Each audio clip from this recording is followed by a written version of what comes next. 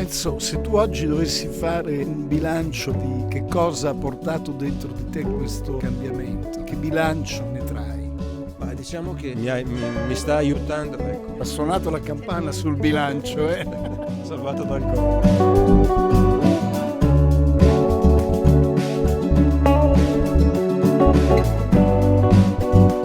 Amici di Story Hunters, ciao, siamo a Esposende, nella regione Dominio, nel nord del Portogallo, con un amico di nome Fiorenzo. Esattamente, sono Fiorenzo, sono nato e cresciuto a Varese, in Lombardia, per chi non lo sapesse. e niente, a un certo punto della mia vita ho deciso di venire qui in Portogallo.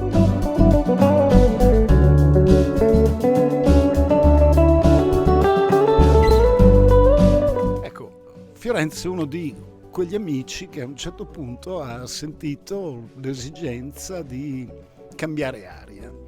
Questa è stata una cosa improvvisa nella tua vita o c'era un feeling così nato e cresciuto piano piano? Ma diciamo che c'è sempre stato nella mia vita un desiderio così un po' nascosto, ma neanche poi tanto, di cambiare un po' aria, di vedere un po' cosa c'è nel mondo, conoscere altra gente, vedere altri posti. Non l'ho mai fatto per vari motivi, anche per motivi familiari, eccetera. Arrivati a un certo punto nella mia vita che sembrava ormai è una parola grossa, ma insomma destinata a proseguire su quel binario così un po' chiuso, senza sbocchi, e niente, ho visto qualche servizio sul Portogallo, sulla possibilità di avere una detassazione. Ho messo insieme le due cose, quindi il desiderio di vedere posti nuovi, di conoscere gente nuova, con questa possibilità anche economica, e quindi alla fine mi sono deciso di fare questo passo. Avevi subito il Portogallo nel tuo obiettivo o hai contemplato altre possibilità? Diciamo che il Portogallo è stata la prima opzione che ho avuto. Non ho contemplato altre possibilità, o meglio, non sono andato a fondo di altre possibilità. Sapevo che c'erano altri luoghi, altri posti in cui si poteva andare, avere pure la defiscalizzazione e magari altrettanto belli, però mi sembrava il più accessibile, diciamo un entry level, se vogliamo dire, dell'expat, no? Dell'espatrio, perché è comunque in Europa, è un popolo, se vogliamo, latino molto simile a noi italiani per certe caratteristiche. La lingua non è particolarmente complicata, se vogliamo, contiene molte parole che sono di uso comune anche in italiano, in parecchi dialetti italiani, quindi è abbastanza comprensibile. La gente mi avevano sempre detto che erano gente molto disponibili, molto gentili, anche se magari un po' di carattere chiuso. Così li ho trovati e quindi mi è piaciuta l'idea di venire qui in Portogallo. Diciamo che come primo passo verso l'espatrio mi sembra che per il momento sia. E quindi Fiorenzo, che aspettative ti eri creato, no? Dal momento in cui hai deciso di muoverti, no? Quali erano i tuoi progetti anche di come vivere poi questi anni di riposo qua? E queste aspettative sono state poi corrisposte? Allora, diciamo che venire qui è chiaramente un modo per dire adesso voglio riposarmi, cioè vorrei vedere qualcosa di diverso da quello che ho visto finora, però nello stesso tempo voglio riposarmi, non voglio più avere lo stress che si ha comunque in Italia, in genere nel posto in cui nasci e cresci, hai bene o male, in cui hai lavorato, hai maturato certi stress che poi non ti abbandonano più. Invece cambiando zona, cambiando proprio il rapporto con i luoghi, con le persone, ti devi reinventare in un certo modo, e quindi non è che ti reinventi stressato, cioè cerchi di reinventarti a tuo agio, no? Per cui diciamo che la mia aspettativa era quella di appunto di venire qui e trovare questo rilassamento generale. Ora che l'abbia trovato al momento, e questo è il terzo anno, non posso dire di averlo ancora trovato, nel senso che c'è stata appunto questa storia della pandemia, del Covid, che ha condizionato assolutamente tutto quanto, e anche il mio rapporto con i luoghi e con le persone qui in Portogallo è stato grandemente condizionato da questa pandemia. Fiorenzo, avevi dei timori o delle paure partendo? Cioè, avevi delle preoccupazioni? Temevi, non so, in un'azione magari fallimentare, oppure eri assolutamente sicuro? No, sicuro no, perché nella vita queste sicurezze non credo che esistano. Quando uno affronta qualcosa di nuovo, avevo delle paure che però erano legate al mio modo personale di essere. Per esempio, io personalmente sono uno che non ama la burocrazia, cioè io nella burocrazia mi perdo. L'idea di venire in un posto in cui avrei dovuto combattere eventualmente con la burocrazia, non solo, ma anche con la lingua della burocrazia che non conoscevo, era una delle mie paure, se vogliamo. Chiaramente poi venendo qui e trovando disponibilità da parte dei portoghesi, dei locali, a venirmi incontro nella mia mancanza di conoscenza della lingua, e trovando delle persone che gentilmente si sono offerte di aiutarmi, questa paura diciamo che un po' si è fugata, diciamo, non esiste più. Ecco, adesso mi muovo abbastanza bene, non conosco benissimo il portoghese, parlo quello che mi serve per potermi esprimere e capire e farmi capire, insomma, per ottenere quello che sto cercando di fare, insomma. Ormai sei qui da quanto tempo? Allora, sono venuto nel 2019, quindi questo è il terzo anno.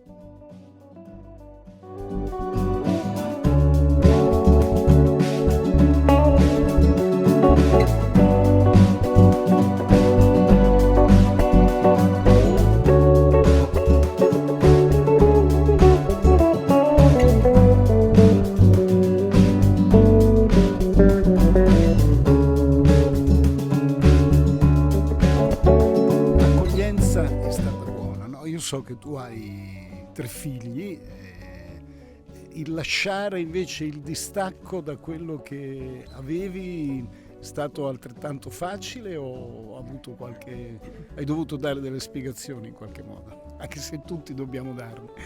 Diciamo che non è stato facile, nel senso che chiaramente, essendo qui e i miei figli in Italia, i miei figli e nipoti in Italia, chiaramente si sente la mancanza. E quindi ogni tanto ci sono dei momenti in cui vorrei, insomma, averli con me o essere io con loro, no? Chiaramente. Però diciamo che, insomma, è una decisione che, cioè, ho voluto provare a fare questo tipo di vita, e loro, i miei figli, chiaramente dopo un primo momento di sconcerto nell'apprendere questo mio desiderio, si sono resi conto che era comunque una mia voglia di cambiare un po' la mia vita, era una mia decisione, così, e si sono un po' adeguati, diciamo così, E quindi, Fiorenzo, se tu oggi dovessi fare un bilancio proprio tuo, personale, no? Di che cosa ha portato dentro di te questo cambiamento, no? A livello tuo, anche proprio emotivo, umorale, che bilancio ne trai? Non posso, diciamo, stilare un bilancio completo, posso dire che mi sta comunque aiutando magari a superare certi miei limiti che mi sentivo di avere stando a Varese. Ti faccio un esempio, diciamo che io per certe cose delegavo sempre la mia ex moglie a fare, e venendo qui da solo ho dovuto, da noi si dice una cosa che non si può dire a un microfono. Tirare sulle maniche? Esatto, tirare sulle maniche, e quindi darmi da fare per fare per vivere la mia vita come volevo io, no? Quindi ho dovuto impegnarmi, e mi sono reso conto che tutto sommato potevo farlo anche prima, cioè avevo questa capacità dentro di me che non ho mai tirato fuori, perché avevo comunque qualcuno vicino a me che si occupava delle mie cose. Quindi muoversi, cambiare vorrà anche dire mettersi alla prova e magari scoprire delle risorse che non sospettavamo di avere, no? Allora, Fiorenzo, oltre che adesso chiederò che cosa ha fatto nella vita, è un musicista, è un compositore, no? Con la sua tastiera MIDI compone delle musiche. Questa tua questa cosa che fa parte della tua esperienza emotiva, ha guadagnato qualcosa qui? Sinceramente sì, moltissimo. nel senso che a me piace comporre musica, arrangiare brani, e devo essere onesto, devo dire che quando sono partito in Italia ero vena compositiva vicino allo zero.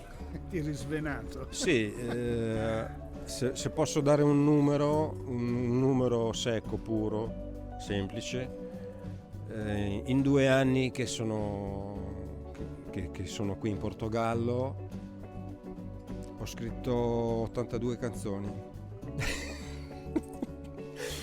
Oddio, chiaramente non saranno certo, non sono capolavori, non vedranno mai la luce, non saranno mai cantate in pubblico, suonate in pubblico, le sentirò solo io, eccetera, però ma il punto è proprio quello, no? Il questo, punto no? è proprio la Esatto. tua espressione. Esatto, mi ha dato una nuova linfa. Quindi le buone ragioni per aver fatto questo cambiamento cominciano a essere tante, no? Una vita più esotica, più libera, un risparmio finanziario, una dignità di vita e in un tessuto civile molto più a standard europeo di quello che attualmente è in Italia. Il ritrovamento di una vena creativa e quindi di una ricerca di te stesso attraverso lo spirito, e poi io non lo so perché mi sento che ce n'è pure un'altra invece che non riguarda solo lo spirito ma riguarda anche il fisico. Come ti muovi qui in questa terra lusitiana? Mi muovo a piedi essenzialmente e in bicicletta, quindi sono anche aiutato dalla non so se si dice planimetria o altimetria probabilmente, in pratica voglio dire che qui è tutto piatto in questa zona, no? Per cui andare in bicicletta qui è abbastanza agevole e divertente. Io sono sempre stato un amante della bicicletta fin da quando ero giovane, che andavo in bicicletta, ero un ciclista, diciamo così, un corridore come si diceva ai miei tempi. Dilettante o? No, facevo parte di un gruppo amatoriale, ma insomma facevamo delle belle gitarelle, insomma, con la bicicletta. E avevo già riscoperto da qualche anno anche in Italia, quando sono andato in pensione, avevo riscoperto un po' la bicicletta, ma venendo qui chiaramente, essendo anche l'unico mezzo che avevo a disposizione per muovermi in libertà. Ecco, tu hai fatto questo passo basandoti solo sulle tue risorse, o hai ritenuto opportuno farti dare una mano da dei professionisti? Allora io mi sono affidato, all'inizio pensavo di di fare da solo, non conoscendo esattamente le trafile burocratiche, eccetera.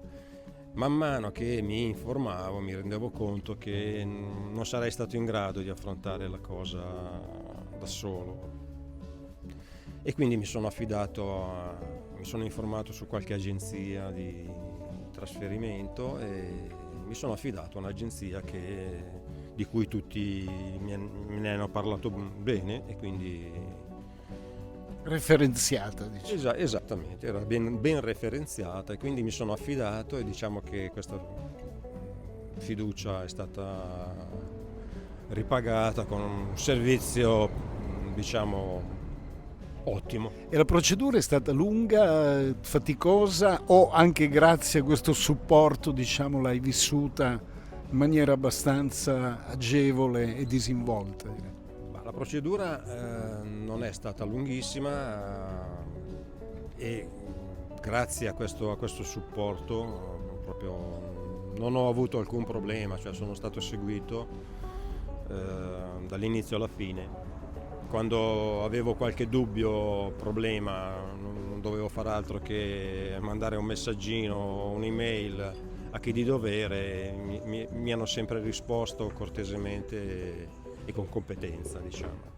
Allora, Fiorenzo, vogliamo un po' raccontare ai nostri amici in quale parte del Portogallo siamo, no? Qui, dov'è quest'area, che caratteristiche ha, anche climatiche, insomma, se dovessi descrivere proprio ciò che ci circonda.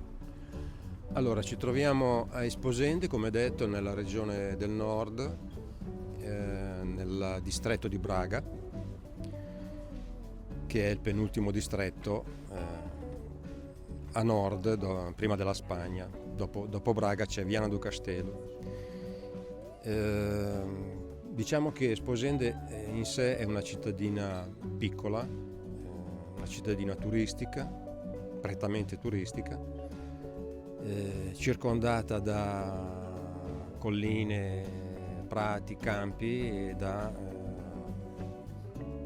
praticamente da zone coltivate, quindi è un'oasi di pace, diciamo così, per 10 mesi all'anno, perché poi chiaramente, essendo turistica, nei 2 mesi centrali dell'estate, luglio-agosto, diventa un luogo in cui vengono tutti a passare le vacanze, quindi si riempie il lungomare, si riempiono le spiagge. Però diciamo che, nonostante questo grande afflusso di gente qui, per esempio sulle spiagge, le spiagge sono lunghissime, libere, senza alcun problemi di spazio. Da qui si parte da Esposende con la spiaggia e si arriva fino a Viana do Castelo, che sta a 20 km a nord. Quindi, volendo di spazio per sistemarsi, ce n'è per tutti. Quindi il tuo centro di riferimento amministrativo e sanitario qual è? Braga? Allora, il mio centro, qui sono iscritto qui al centro sanitario qui di Esposende, quindi con Braga non ho nulla a che fare dal punto di vista sanitario. Qui c'è un ospedale, c'è un centro di salute ben organizzato, tutti molto gentili, tra l'altro. Devo dire che sono stati molto accoglienti, molto attenti ai problemi che posso aver esposto la prima volta in cui sono andato a iscrivermi. Poi hai pensato di affidarti solo a quello pubblico o hai optato anche per una assicurazione privata dal punto di vista sanitario? Allora, io ho optato per una assistenza sanitaria privata fin dal primo momento in cui sono venuto, perché non avevo ancora l'iscrizione al sistema sanitario. Non ho mai, fortunatamente, avuto bisogno di testare la funzionalità di questa assicurazione sanitaria. Ce l'ho ancora, nonostante sia già iscritto al sistema sanitario di qua. Diciamo che sono due cose che possono convivere senza alcun problema. C'è il sistema sanitario qui funziona, probabilmente potrebbe avere qualche problema, come d'altronde c'è anche in Italia, magari appuntamenti un po' dilazionati nel tempo, e quindi avere un'assicurazione, diciamo, alternativa che ti permette eventualmente in caso di bisogno di accorciare i tempi di intervento, di fare cose a un prezzo relativamente basso, potrebbe aiutare. Che tipo di assicurazione hai sottoscritto? A quali costi più o meno? Allora, io ho iniziato pagando una cifra più bassa perché c'era un'offerta, diciamo all'inizio era un'offerta di ingresso in questa assicurazione, e pagavo 16 euro al mese.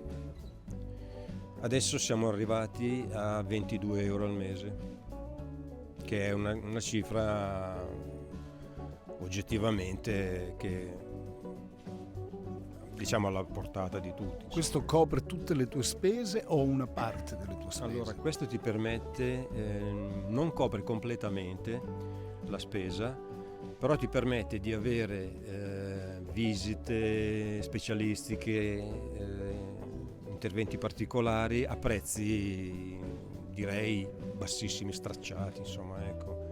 Visite, per fare degli esempi, adesso non ho ben presente la tabella dei prezzi, però diciamo che visite specialistiche a 15 euro.